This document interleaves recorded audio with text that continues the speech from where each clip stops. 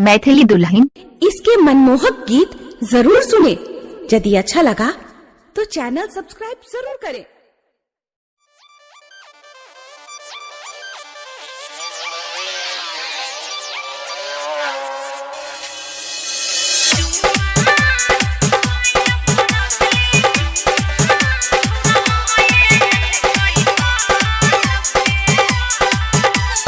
Presented by Dulhan Music.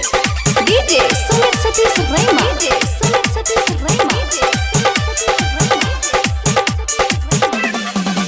Noi ghar noi bahar noi dura noi cinema hall pe. Noi ghar noi bahar noi dura noi cinema hall pe. Achora laye lalkai chuma jab pain bhora gali kal pe.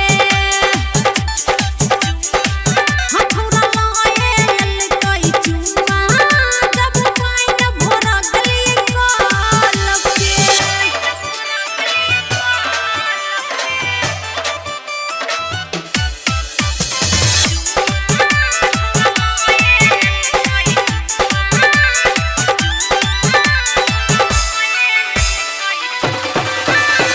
DJ Sumit Satish Rema.